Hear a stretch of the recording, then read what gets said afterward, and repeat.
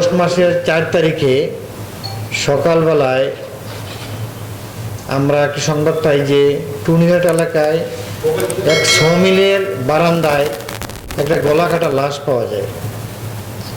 তার নাম হলো রফিকুল ইসলাম। পরে আমরা এই বিষয়ে থানায় একটি হত্যা মামলা রুজু হয়। এরই প্রেক্ষিতে পঞ্চগড় জেলা পুলিশের একটি চৌকস টিম কাজ করতেছিল। দীর্ঘদিন কাজ করার পরে গতকাল বিকেলে 5 ঘটিকা আনুমানিক 5 ঘটিকার সময় তাকে আমরা ধরতে সক্ষম হই। তাকে নিয়ে আসার পরে তাকে জিজ্ঞাসাবাদ করলে উনি জানায় যে ওই দিন রাতে আনুমানিক 1:30 থেকে 2:30টার সময় তারা দুজন, যে ডিসিস্ট মারা গিয়েছে রফিকুল ইসলাম এবং যে আসামি আরমান, দুজনে তাস খেলতেছিল, রামি খেলতেছিল তাস দিয়ে। তো এটা একটা জুয়া খেলা।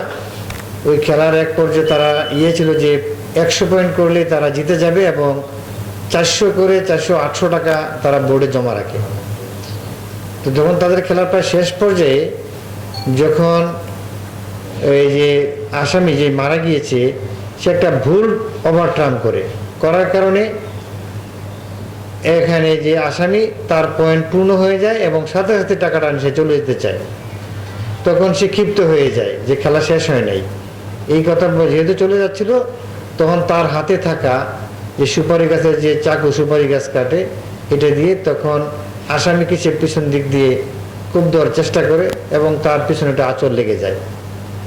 তখন আসামি আরমান তাকে ক্ষিপ্ত হয়ে তার প্রথমে গলায় পোঁছ দেয়, পরে শোয়াইয়ে তার জবাই করে তাকে হত্যা করে।